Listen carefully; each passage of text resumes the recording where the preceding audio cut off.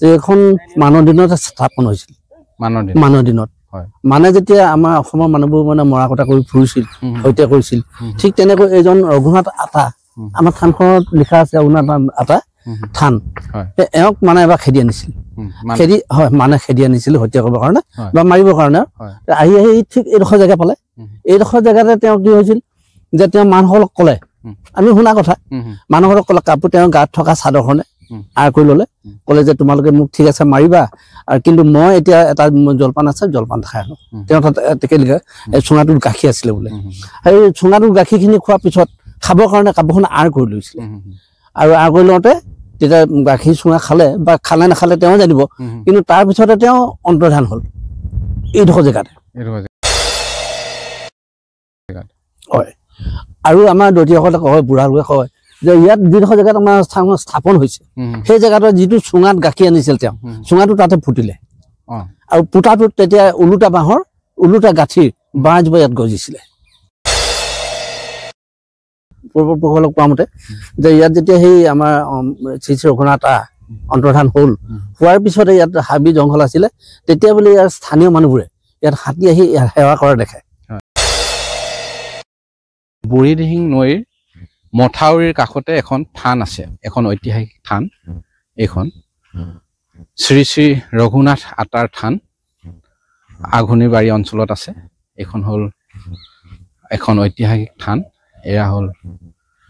শ্ৰী শ্ৰী ৰঘুনাথ আতাৰ থান এই থানখনৰ কি দায়িত্বত আছে মই সম্পাদকৰ দায়িত্বত আছো পৰিচালনা সমিতি এই থানখনৰ ঐতিহাসিক ক্ষেত্ৰখনৰ বিষয়ে কওকচোন ঐতিহাসিক বুলি ক'বলৈ গ'লে আমি আগতে শুনিছোঁ আমাৰ দেউতা বুঢ়া লোকৰ আগত যে এখন মানৰ দিনত স্থাপন হৈছিল মানৰ দিনত মানে যেতিয়া আমাৰ অসমৰ মানুহবোৰ মানে মৰা কটা কৰি ফুৰিছিল হত্যা কৰিছিল ঠিক তেনেকৈ এজন ৰঘুনাথ আতা আমাৰ থানখনত লিখা আছে ৰঘুনাথ আতা থান এওক মানে এবাৰ খেদি আনিছিল খেদি হয় মানে খেদি আনিছিল হত্যা কৰিবৰ কাৰণে বা মাৰিবৰ কাৰণে আহি আহি ঠিক এইডোখৰ জেগা পালে এইডোখৰ জেগাতে তেওঁ কি হৈছিল যে তেওঁ মানুহক ক'লে আমি শুনা কথা মানুহক ক'লে কাপোৰ তেওঁৰ গাত থকা চাদৰখনে আৰ কৰি ল'লে ক'লে যে তোমালোকে মোক ঠিক আছে মাৰিবা আৰু কিন্তু মই এতিয়া এটা জলপান আছে জলপান খাই আনো তেওঁ তাতে লিখা চুঙাটোত গাখীৰ আছিলে বোলে সেই চুঙাটোত গাখীৰখিনি খোৱাৰ পিছত খাবৰ কাৰণে কাপোৰখন আৰ কৰি লৈছিলে আৰু আৰ কৰি লওঁতে তেতিয়া গাখীৰ চুঙা খালে বা খালে নাখালে তেওঁ জানিব কিন্তু তাৰ পিছতে তেওঁ অন্তৰ্ধান হ'ল এইডোখৰ জেগাতে হয় আৰু আমাৰ দতিসকলে কয় বুঢ়ালোকে কয় যে ইয়াত যিডোখৰ জেগাত আমাৰ স্থাপন হৈছে সেই জেগাটোত যিটো চুঙাত গাখীৰ আনিছিল তেওঁ চুঙাটো তাতে ফুটিলে আৰু ফুটাটোত তেতিয়া ওলোটা বাঁহৰ ওলোটা গাঁঠিৰ বাঁহ এজোপা ইয়াত গজিছিলে বাঁহজোপা আছে নেকি এতিয়া নাই কিন্তু আমি দেখা মনত পৰে এতিয়া নাই ওলোটা গাঁঠিটো আমি সৰুতে দেখাই মনত পৰে আপোনালোকে দেখি পালো আৰু আমাৰ বুঢ়ালোকে কয় কোন ঠাইত আছিলে মানে য'ত এতিয়া স্থানখন স্থাপন হৈছে এইখন থান য'ত বন্তিগছ জ্বলি আছে এইখনে মূল থানখন নহয় জানো মূল থান এইখন বিষ্ণু মন্দিৰ এইটো বিষ্ণু মন্দিৰ আৰু ৰঘুনাথ আতাৰ থান সেইখন হয় হয় এইখন হ'ল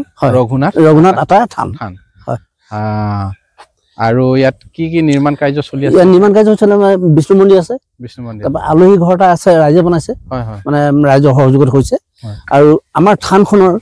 নামত 134 বিঘা মাটি এলট হৈছে হয় 134 বিঘা মাটি হয় 1826 খ্ৰীষ্টাব্দৰ আগৰ হ'ব 21 খ্ৰীষ্টাব্দ আমি আমাৰ গোসাঁইসকলৰ লগত আমি এইটো কথাটো পাতিছো তেওঁলোকৰ উপৰিপূৰ্ব আছিল আৰু তেওঁলোকে এইটো কথা জানে ভালকে প্ৰায় 200 বছৰ হৈছে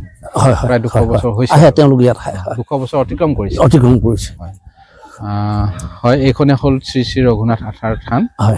বৃহত্তৰ আঘোণীবাৰী অঞ্চলত মানে ইয়াত এতিয়া বৰ্তমান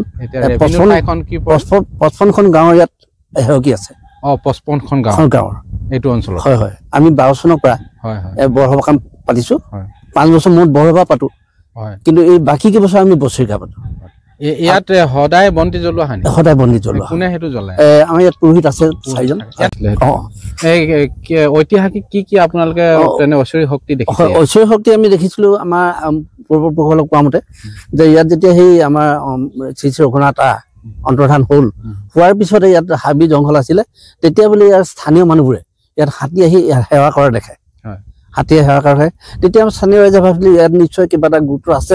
আছে কাৰণে আমাৰ মানে ডাঙৰীয়াই ইয়াত হাহাকাৰ কৰিছে সেই বুলি পাছত ভাবি নিজেও আহিলে স্থানীয় মানুহবোৰে তেওঁলোকে হাহাকাৰ কৰিলে কৰি যিটো ফল পালে তাৰ পাছতে এই থানখনটো স্থাপন কৰিলে আমাৰ বহুত দূৰৰ পৰা মানুহ আহে ডিগবৈৰ পৰা আহে ডিব্ৰুগড়ৰ পৰা আহে আৰু এজন ইয়াত মাৰোৱাৰী মানুহ মানে তেওঁ বোলে ল'ৰা ছোৱালী নহৈছিল ইয়াত সেৱা সৎকাৰ কৰি ল'ৰা ছোৱালী তেওঁ সন্তান জন্ম হৈছে আৰু তেওঁ প্ৰতি বছৰ ইয়ালৈ আহে ডিব্ৰুগড়ৰ পৰা হয় আৰু তাৰ উপৰিও আমি ইয়াত বহুত অহা মানুহ লগ পাওঁ তেওঁ কয় এইটো কাৰণে আমি এটা টোপোলা দিছিলোঁ চাকিখন লগাইছিলোঁ আমি প্ৰমাণ পাইছোঁ আৰু সেইকাৰণে আকৌ দ্বিতীয়বাৰ আমি থানলৈ আহিছোঁ হয় হয় বহুত দূৰৰ মানুহ আহে আৰু বহুত তেনেকুৱা প্ৰমাণ আমি পাইছোঁ মানে তেওঁলোকে কোৱা মতে আৰু তেওঁলোকে কোৱা মতে আমি সময় পাইছোঁ থানখন যিহেতু ঐতিহাসিক থান আপোনালোকে বছৰি কিবা অনুষ্ঠান পাতেনে আমি পাতো আমি ফাগুন মাহৰ ইংৰাজী 5-6 পৰে আৰু মাৰ্চৰ ঠিক তেনেকুৱা এটা আমি বৰসভা পাতো বৰসেৱা পাতো আৰু আমি কিমান বছৰ মূৰত পাতো আমি 5 বছৰ মূৰে মূৰে 5 বছৰ মূৰে মূৰে পাতো আমি 52খন সেৱকী ইয়াত আমাৰ সেৱা ল'বলৈ আহে আৰু তেখেত সকলোৱে ইয়াত সহায় সহযোগ কৰে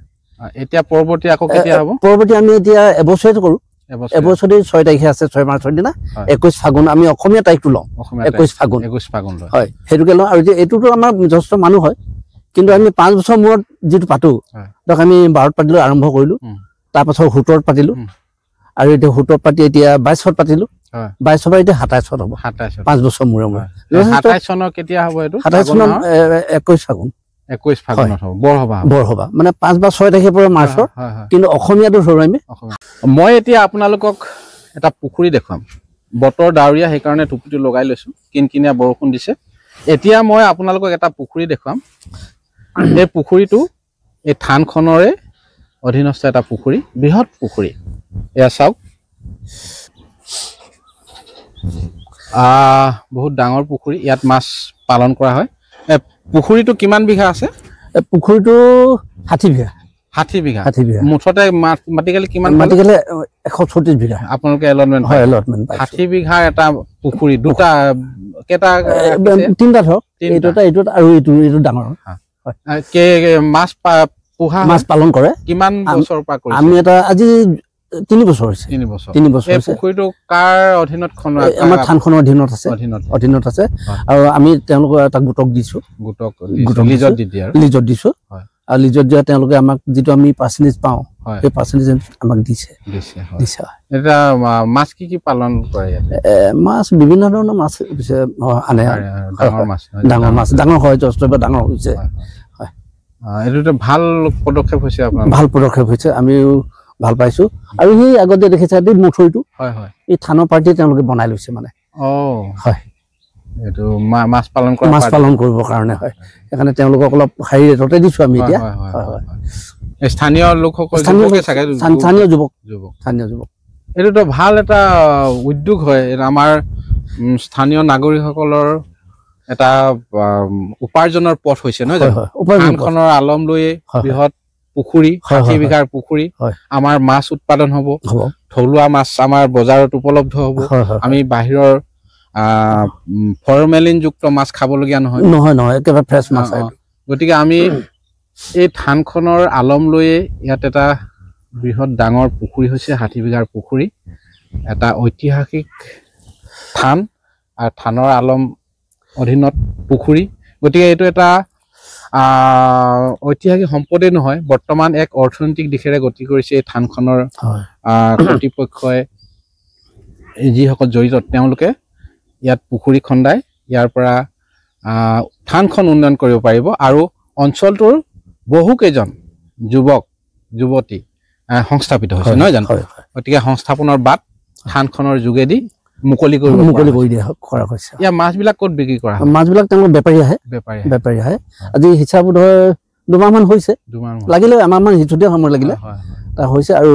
জগালৈ বেপাৰী আহে আৰু বেপাৰী ইয়াৰ পৰাই লৈ যায় আৰু ওচৰতে আছে এখন বুঢ়ীদিহিং নৈ একদম সুন্দৰ পৰিৱেশ আপোনালোকক দেখাইছোঁ এইখন বুঢ়ীদিহিং নৈ উত্তৰ দিশত এই থানখনৰ উত্তৰ দিশত আছে বুঢ়ীদিহিং নৈ 100 মিটাৰ দূৰত এইটো আমি মথাউৰিৰ ওপৰত আছোঁ এখন বুঢ়ীদিহিং নৈ এক মনোৰম পৰিৱেশ